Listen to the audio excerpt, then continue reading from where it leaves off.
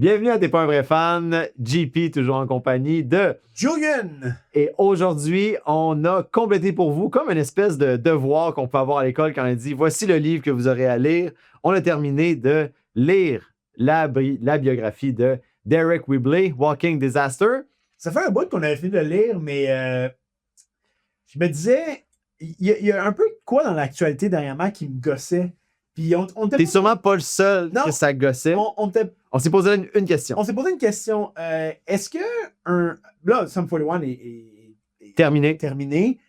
Est-ce qu'un band est-ce qu'un membre du band peut continuer à entretenir la page d'une façon plus orientée vers sa carrière à lui, alors que le band est dysfonctionnel? Et même en fait, si le band est encore actif, est-ce que c'est correct? Puis en commençant, on s'est dit, bon, mais le premier sujet qu'on doit parler de ça, c'est le fait que, alors même que Derek avait annoncé que Sum 41 ne serait plus, il a aussi annoncé son livre.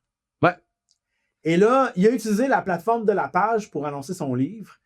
Puis je me rappelle qu'à l'époque, quand on avait fait notre épisode de Sum 41, on disait que la fin de Sum 41 avait été bien faite parce qu'il avait utilisé tout ce que le band pouvait utiliser pour vendre la fin de Sum 41, pour essayer de mousser les derniers shows, mousser la vente de billets et tout ça, de se servir de ça pour partir en profitant de leur notoriété puis en profiter le plus possible. C'est ça. Mais là, tu parles du livre, donc il a profité de ça pour sortir son livre. Ouais. Donc, il parle de sa biographie, My Life Through Heaven and Hell. Qui est le titre du dernier album. Walking Disaster, qui est le titre de sa tune préférée qui nous gosse. Ouais. Mais dans le fond, la biographie, Walking Disaster, qui dit que c'est sa biographie, c'est pas mal l'histoire de Sum 41. Et maintenant que à travers ses yeux. Oui, c'est ça, à travers ses yeux à lui. Et là, le lien qu'on voulait faire, c'est que maintenant que Sum 41 est terminé, lui continue de profiter de la popularité de Sum 41 sur sa page en parlant de lui, de choses qui concernent lui. Ça même tu sais, on revient à quand il y a eu l'annonce de Linkin Park. Puis on en a parlé un peu dans notre premier épisode où il y a eu une espèce de confusion parmi les fans parce que comme Derek avait déjà une relation avec Mike Shinoda, puis il avait déjà fait au moins 2 tunes de Linkin Park avec Mike Shinoda, une dans un festival puis l'autre au Tribute Show de Chester. Il y avait déjà des rumeurs que parce que Sum 41 disbandait, il allait avoir Derek allait rejoindre Linkin Park, donc c'était déjà là. Et là, la fameuse affaire qui, écoute, c'est un ridicule. C'est comme s'il est tellement centré sur lui que là, à ce moment-là, lui a voulu créer un événement par rapport à un événement. Il disait qu'elle allait faire une grosse annonce. Puis cette annonce-là a été annoncée sur la page de Sum 41 alors que ça aurait pu être Derek qui l'annonce lui-même. Qui concernait juste son livre, finalement. Exactement. Puis cette annonce-là tombait en même temps que le countdown de Linkin Park. C'était pour ça que les rumeurs ils sont partis. Puis finalement, poète, son annonce, c'était que si tu achetais son livre, puis que tu allais voir son show, puis que tu présentais son livre. Une preuve d'achat. Une preuve d'achat. Il te donnait un book jacket signé. Et ça, 2 choses par rapport à ça. La première, c'est que moi, je n'ai pas eu le book jacket, finalement. Puis quand on t'a T'avais-tu essayé? J'ai essayé au show de Toronto, puis il n'y en avait plus. Puis je suis comme, man, en plus, Toronto, c'était leur dernier show. Il aurait pu. Comme, il l'a annoncé, puis c'était laid, là, genre, pour vrai. Moi, j'ai trouvé ça vraiment de la mauvaise information parce que moi, j'aurais pensé, au pire faisant, mais il n'y en avait juste pas à ce show-là. Fait qu'au pire faisant 10 par show. Tu sais, moi, ça aurait été ça, je me serais dit, comme, mais non, lui. Mais d'en garder au moins pour le dernier show. C'est sûr qu'il allait avoir des gens au dernier show qui avaient vu cette annonce-là étant des vrais fans. Parce que là, ce qui est arrivé, c'est que probablement qu'elle l'a fait en septembre, pendant qu'il faisait des shows en septembre, puis c'est juste les gens que les shows étaient là, genre à Cincinnati, puis je sais pas, aux Philippines, mettons, qu'eux ont eu ça, puis Chris. T'as passé de Cincinnati aux Philippines. Ouais, j'avais ça l'instant. Puis la deuxième chose, c'est qu'il y a eu une confusion aussi, mais ça, cette confusion-là, c'était seulement JP. Ouais, c'est parce que. Puis je suis pas certain qu'il avait précisé book jacket. Il avait mentionné le terme jacket. Et moi, je me rappelle le jour qu'il en avait parlé, qu'on voulait vérifier. J'ai dit, mais c'est quand même nice un manteau, tu sais, un manteau qui avait l'image de son livre. Tu sais, moi, j'imaginais un manteau qui avait une page. Puis là, j'étais comme, aïe, tu sais, c'est quand même gros comme cadeau, puis tout ça. Toi, t'es stické sur Blink-182 avec leur album Take Off Your Pants and Jacket. C'est ça. Mais, puis, on a parlé aussi avec Ronnie Radke du God Complex.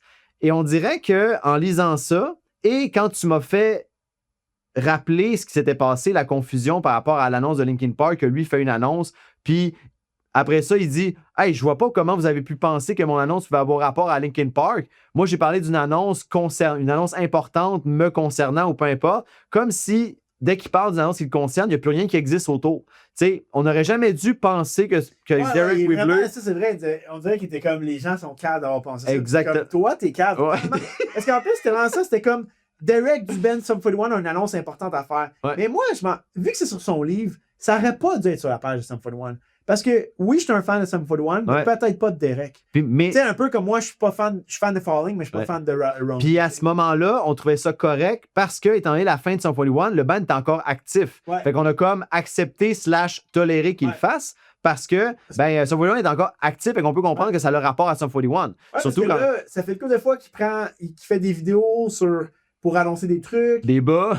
Ben là, c'est ça, il a annoncé des bas. Bon, le nom de la compagnie de bas est vraiment nice, dans le sens que Jailly qui over-utilise Walking Disaster, mais je trouve ça quand même nice. Puis, Walking Disaster. Si jamais les bas sont vraiment à chier, ben ça fit avec le nom. Ouais, c'était un Fait qu'il y a genre cette porte de sortie-là aussi. Mais pour vrai, puis tu sais, s'ils sont nice, les bas, je vais peut-être. Puis les prix sont abordables, puis ça se trouve facilement, je vais peut-être en acheter, là. Mais tu sais. C'est un beau cadeau de bonne Noël si quelqu'un sait que t'aimes Sum 41. Ben ouais, écoute, on fera ça en Noël. Ouais, c'est ça.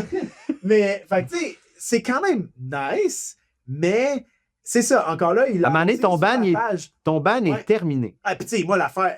À la limite, moi, je pensais même que la page Sum 41 devrait peut-être de rester, mais qu'il n'y ait plus d'activité dessus. Mais il peut encore avoir des activités si tu promotes des anciens, mettons, des adversaires. Tu sais, on peut parler de Linkin Park qui était en hiatus pendant 7 ans. Ouais. Ils ont quand même la page quelques fois. Des fois, les membres du groupe, chacun des membres du groupe écrivait un petit message. Ça, c'était correct. Mais par rapport à se rappeler un souvenir de maintenant que le bain est terminé, pas comme de l'activité présente que je continue à vendre des choses en me servant de Sum 41. Parce que là, en plus, il n'y a pas longtemps, moi, l'affaire qui avait sparké la discussion, c'est quand je vous avais écrit parce que il avait écrit comme il y avait un annonce, c'était un post de la page Sum 41, puis c'était des nouveaux vinyles. C'était sponsor, sponsor, puis c'était marqué Breaking News. Ah, c'est vrai, Breaking News. Puis là, tu peux pas faire ça quand ton band vient de se disband. Parce qu'il y a encore des gens qui espèrent que. Parce qu'ils sont pas allés. Ils ont annulé leur tournée en Australie. Puis ça, by the way, en ayant. Je vais faire tout de suite une référence au livre. Je réalise que malheureusement pour l'Australie, il y a eu beaucoup de problèmes qui ont fait. Derek a eu beaucoup de problèmes de santé qui ont fait qu'ils ont annulé beaucoup de fois leur tournée en Australie. Fait que l'Australie a vraiment été boudée par Sum 41, malheureusement. Là. Puis récemment, il me semble aussi que Bullet for My Valentine, avec leur tournée avec Trivium, ils avaient décidé de juste annuler aussi. Mais je suis pas sûr que c'était en Australie, mais je sais que Bullet for My Valentine avait juste décidé de ça ne tente plus, on va aller enregistrer gang de trous de cul. Vrai, hein? Fin de la parenthèse. Mais fait que Sum 41, ils ont annulé leur dernière tournée, ils ont annulé leur bout en Australie. Je pense que c'est encore à cause de Fondo. Comme Novembre-décembre. Comme on a eu au Québec, où ça avait été annulé aussi. Puis les festivals au Québec, ils ont le show du Québec. Là, parce qu'il y avait, Rock la cause aussi, on des anciens. Oui, c'est vrai. Puis, mais l'affaire, c'est que vous savez que je m'en allais avec l'Australie. Tu disais qu'il n'avait pas été chanceux. Mais parce que tu disais que quand tu parles de Breaking News, on pourrait penser que finalement, ils vont y retourner. Des dates, exactement. Puis non, vraiment, Breaking News, c'était qu'ils sortaient des rééditions de leurs vinyles qui existent déjà en vinyle, qui sont super accessibles encore en vinyle. À part, il y avait Screaming Bloody Murder, que moi, j'ai eu une édition spéciale, puis il n'est pas disponible facilement. Fait que c'est peut-être le seul dans la batch. Mais c'est comme, fais pas un Breaking News. Tu peux juste dire, hey, on ressort ce vinyle-là. Mais d'écrire Breaking News, tu sais, c'est probablement pas lui qui décide, c'est vraiment une page, tu sais, c'est probablement le label, encore une fois, mais j'ai juste trouvé ça ordinaire. Tu sais, c'est comme, pourquoi est-ce qu'un tu sais, on vous pose la question, est-ce qu'un membre d'un groupe peut encore utiliser la page pour sa propre, pour ses propres fins? Puis Puis c'est quoi la politique d'un groupe? Comment un groupe peut utiliser une page après que le groupe s'est disband? Ouais, c'est ça, parce que Breaking News de vinyle, c'était peut-être pas nécessairement Derek, là, c'est peut-être le band qui gère la page. Là, sauf que c'est ordinaire. Mais sois prudent avec les mots que tu utilises, car c'est quand même assez récent. J'en ai vu plein de posts relativement récents. Tu sais, je suis comme. Tu sais, là, j'ai vu qu'il y a des gens qui chialaient, puis moi je suis pas de ceux-là, mais Derek. Non, tu chiales jamais, toi. Non, mais pas pour ça. Derek a fait une coupe de. Je pense qu'il était allé rejoindre Avril Lavigne dernièrement, puis il a fait une coupe de Sum 41, puis il y a une autre band dernièrement qui est allé rejoindre sur stage. Il est allé voir Good Charlotte, puis ils ont joué des. Ils ont joué des tunes ensemble. Ils ont joué des tunes avec Good Charlotte. Ouais.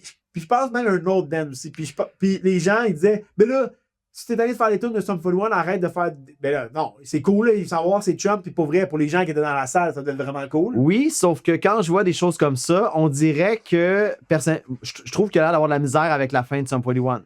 Il y a comme. Moi, je pense qu'il pensait peut-être qu'il était prêt à la fin de Sum 41, mais on dirait qu'il n'arrive pas à s'en détacher complètement. Ben moi, je pense qu'on peut commencer dans le vif du sujet, puis qui est le livre. Ouais. Moi, en lisant le livre, ce que j'en ai compris, puis on va essayer de faire le moins de spoilers possible pour que les gens puissent le lire. Ben peut-être, on va. Moi, en tout cas. Ce que j'en ai compris du livre, là, c'est que son gros problème, c'est ses problèmes de santé face à son dos, puis à sa douleur chronique, etc. Puis je pense que c'est ça qui fait. Je pense qu'il trouve que la tournée, c'est très difficile. Je pense que c'est pour ça qu'il y a des bands Sum 41. Parce que un band qui fait pas de tournée, c'est pas un band. Tu fais pas de nouvelle musique si c'est pas pour la jouer en live. Fait que je pense que c'est une des raisons pourquoi ça, puis le fait que je pense que lui, il a l'impression que carry Sum 41 sur son dos pendant plus de 20 ans, là, pendant plus de 25 ans. Fait que je pense que c'est un peu ça aussi qui fait qu'il a décidé de disband. Mais tu sais, faire une couple de shows de votre temps avec des amis, pourquoi pas?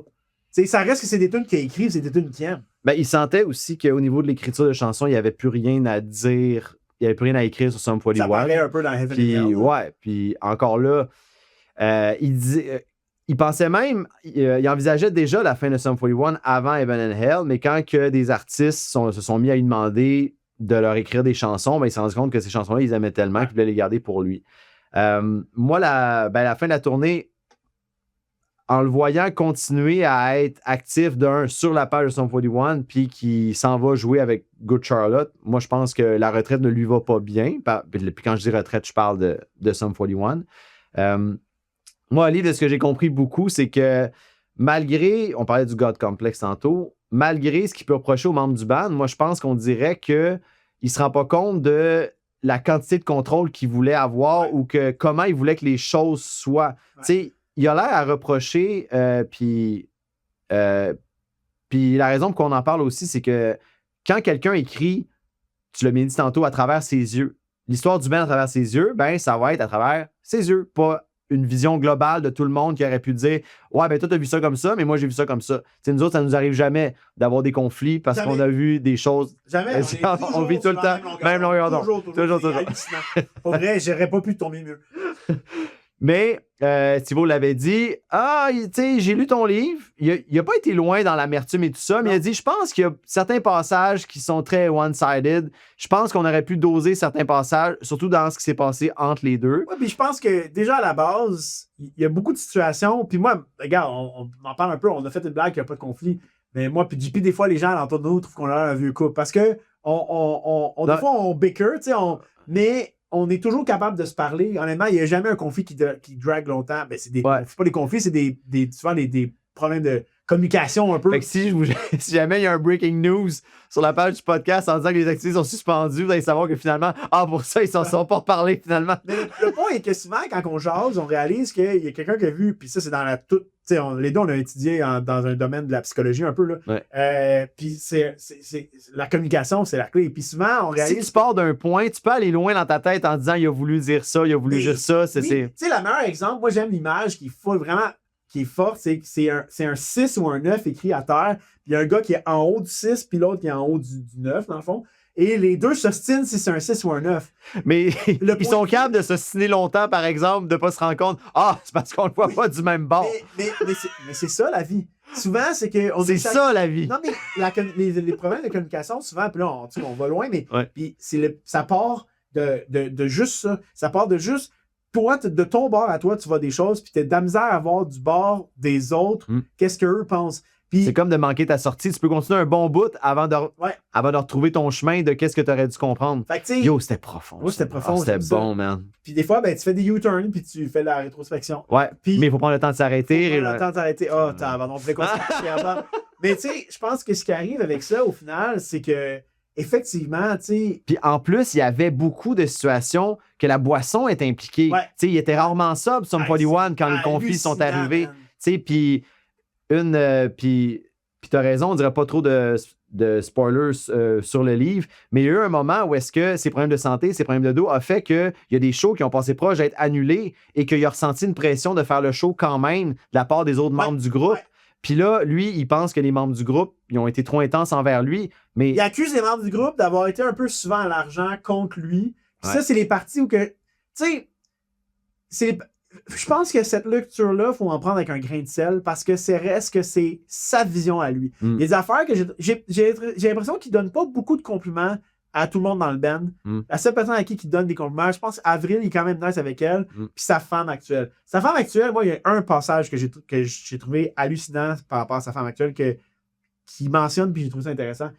Il parle quand lui a commencé à devenir sobre. Lui, il n'avait pas eu le choix de devenir sobre d'une shot parce qu'il est tombé malade. Il était en coma pendant comme 3 à 5 jours. Puis les médecins disaient, c'est un verre de plus, ça peut être terminé. Ouais. Puis il avait dit, je peux même pas prendre un verre de vin au souper. Ils ont dit, tu penses qu'un verre de vin au souper vaut ta vie? Ouais, Puis il avait dit, OK.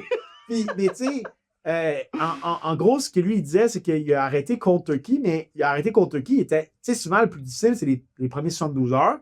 Mais lui, il était en coma. Fait que ça a été comme facile. Smart. Ouais, mais sa femme, elle, là, en plus de devoir devenir sobre, puis c'est quoi withdrawal en français? C'est le retrait? Ben, les termes, là, quand tu... En tout cas... Withdrawal? C'est quand t'as les effets de... Ah, c'est le sevrage. Le sevrage. Ouais. Elle, en faisant son sevrage, non seulement elle a dû s'occuper de son mari, je sais pas si elle était mariée à ce moment-là, mais elle a dû s'occuper de son mari qui est passé proche de la mort. Puis tout le monde demandait à Derek comment tu vas. Alors qu'elle, en background, il a fallu qu'elle sèvre. Elle était en sevrage aussi, mais elle devait mettre un peu comment elle sentait de côté parce pour que... s'occuper de lui. Ouais. Puis lui, s'en est rendu compte beaucoup par après. Puis ça, j'ai trouvé ça vraiment important qu'il le mentionne. J'ai trouvé ça très cool. Ça a été il se sentait même un peu coupable de ça. Un peu coupable parce qu'elle, elle a eu les symptômes de genre vraiment shaky, puis vraiment, tu sais, alors qu'elle devait quand même s'occuper de lui, d'être à son chevet, puis... Fait que ça, j'ai trouvé ça hallucinant, puis tant mieux qu'il en a parlé. Puis quand on parle de God Complex, est-ce qu'il était tellement centré sur lui à ce moment-là qu'il n'a jamais pensé? J'ai pas l'impression que... Moi, je pense qu'il était... Moi, non, mais je pense que... Puis aussi, il devait être tellement envahi d'être passé proche de la mort que c'est normal que tu t'en fais pour toi-même. Oui, non, c'est ça. Mais sauf que... mais tu sais, moi, je reviens aussi... et la tune Catching Fire aussi avait été écrite par rapport à ça. Ouais. Mais quand il parle que les membres du band lui en voulaient quand il arrivait un soir de show puis il ne pouvait pas faire le show et tout ça, tu sais, il mentionne quand même que Derek n'était pas vraiment sobre non plus, puis il buvait vraiment beaucoup, puis je pense pas qu'il était A1 à toutes les shows. Non. Moi, je pense que les membres du band ont aussi toléré beaucoup de ses frasques à lui, mais ça, il en parle pas. Il en parle pas, exactement. Puis j'ai de la misère à croire qu'un gars, puis dans les débuts de Sum 41, il avait même manqué un avion à m'amener pour aller à un show tellement il était défoncé. Il était chaud il était comme un... il était dans une mansion avec Paris Hilton, puis il faisait le party à côté, puis il disait je vais prendre l'avion tantôt, T'es rendu 4 h du matin, son avion partait à 6. Bon, je vais prendre l'avion. Elle dit tu pogneras jamais ton avion, man. Fait que, tu sais, ça c'est un exemple qui a été capable d'en parler, mais il devait en avoir. Tu sais, je peux pas croire que ça, c'était la seule fois. En plus, il avait 20 ans. C'est sûr qu'il y a plein d'affaires à se reprocher lui aussi, puis c'est ça l'affaire que je trouve plate. J'ai pas l'impression qu'il fait beaucoup de rétrospection dans le livre. J'ai l'impression qu'il pointe beaucoup du doigt les gens. Puis oui, des fois, il va dire quelques phrases comme... Surtout Steve. Je sais que j'étais pas parfait, moi non plus. Ouais. Mais genre en petite phrase de même. S'il m'avait donné des exemples concrets, s'il m'avait plus donné, comme l'exemple qui avait manqué l'avion, s'il m'avait donné un peu plus de ça, j'en aurais pris plus de son livre, plus en disant, OK, ça, moi, je le crois. Mais avec Steve-O, que lui, il mentionne juste, il a pas l'air amer, mais il mentionne que c'est bon, tu écris ton livre, puis c'est correct. La fin, c'est que j'ai pas de misère à croire que Steve-O, il pétait des coches. Il va être impulsif, ouais. Parce que j'ai toujours eu ce feeling-là de Steve-O. Fait que j'ai pas de misère à croire ça, mais encore là, c'est one-sided. On n'a pas la version de Steve-O. Ouais. Lui, il doit avoir des frustrations. T'en mets un chum, c'est sûr que t'as des frustrations qui s'accumulent. Puis, tu sais, on parle de tu sais, on parle souvent de troubles mentaux dans nos de problèmes dans nos discussions personnelles. Dans nos discussions personnelles, on en parle aussi dans les podcasts, on en a parlé quelques fois, tu sais. Puis, moi j'ai sorti avec une fille qui avait une maladie physique, OK? Fait qu'elle avait un handicap, si on veut. Là. Ben, elle avait une maladie dégénérative. Fait qu'elle avait des limitations corporelles. Fait qu'exemple, on ne pouvait pas marcher trop longtemps, des choses comme ça. Puis à un moment donné, il a fallu que je lui dise comme... Parce que, tu sais, moi, je suis TDAH, puis il y a des affaires qui me drainent plus, tu sais, mentalement. Il y a des affaires qui me fatiguent. Puis à un moment donné, il a fallu que je dise, hey, toi, tu le vois pas, moi, ce qui me draine. Moi, je le vois quand tu es physiquement drainé, mais tu le vois pas quand moi, je suis mentalement drainé. parce que c'est... Le fameux raisonnement, si tu casses un bras, on va voir ton plâtre, mais c'est pas parce que t'as pas de plâtre que t'as pas des problèmes. Non, c'est ça. Fait que, j'ai un peu l'impression de ça, c'est que je peux comprendre les membres du groupe que quand Derek, c'était visible sa douleur. Fait que quand il disait j'ai mal, il devait le voir comme une diva. Je peux comprendre la frustration qu'il avait, parce qu'en plus, probablement que ce qu'il dit pas, c'est qu'il y a peut-être des fois que c'était vraiment une diva. Parce que, oui, au début, dans sa début vingtaine, quand il était cocky pis tout, oui, c'est sûr tout reposait sur lui. C'est lui qui écrivait tout. Puis c'est pas mal tout le temps lui qui prenait en charge. OK, là, on enregistre en ce moment-là. Puis à ce moment-là... il devait être une diva. Puis en plus, à ce moment-là, on sent des fois qu'il dit « Ah, c'est beau, moi, pendant que j'écris toutes les tunes, parce que... » Vous faites le party. Ouais, ben c'est ça, mais est-ce que ça veut dire que les membres du band n'ont pas essayé de plus l'aider, puis que lui voulait vraiment juste tout faire? Il a essayé de plus l'aider. Ben moi, je pense que oui. Ouais, tu sais, je veux dire... Moi, un de mes exemples préférés, c'est le groupe CCR.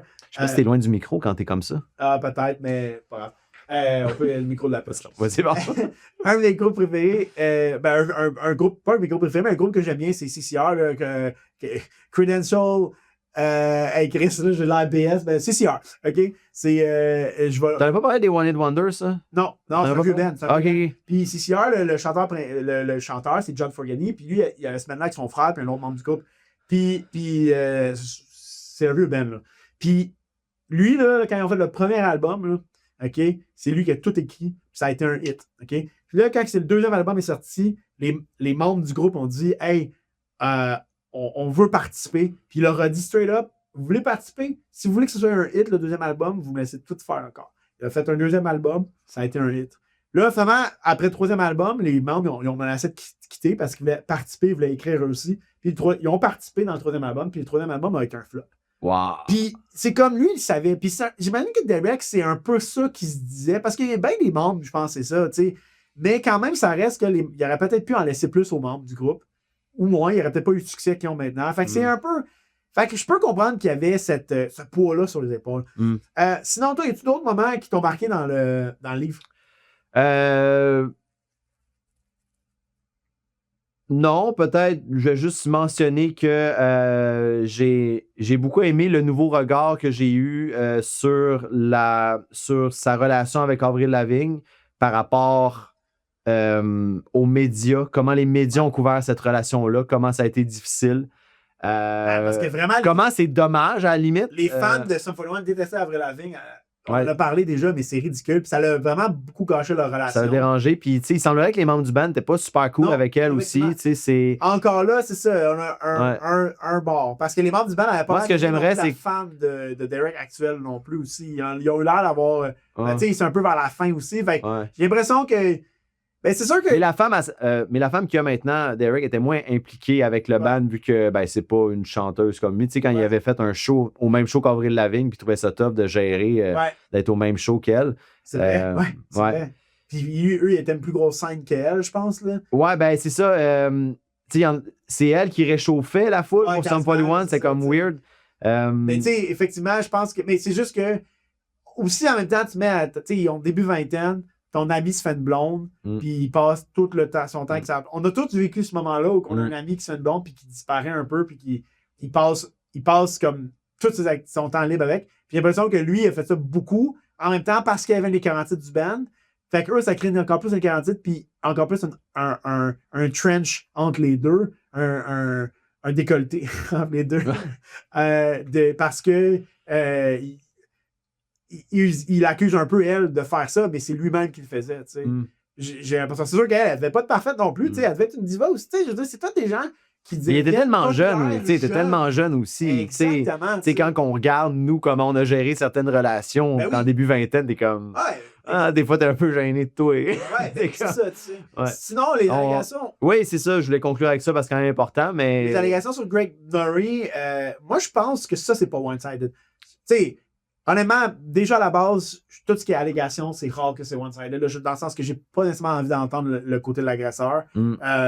À moins vraiment qu'il y ait des doutes raisonnables, là, mais. J'ai hâte d'avoir des updates là-dessus par rapport aux démarches parce que là. Lui, il l'emmenait en cours, je pense. C'est ça. En janvier, les dernières nouvelles qu'on avait, c'est qu'il voulait l'amener pour diffamation. Puis on n'a pas eu de suite de ça. Encore là, Derek a utilisé la page de Sum 41 pour parler de ça. Ça, je me souviens. Ah, c'est vrai. Puis c'est un peu encore là, c'est comme Chris. C'est correct, tu mets ton livre, t'étales ta vie publique, mais ça n'a pas rapport avec Sum 41.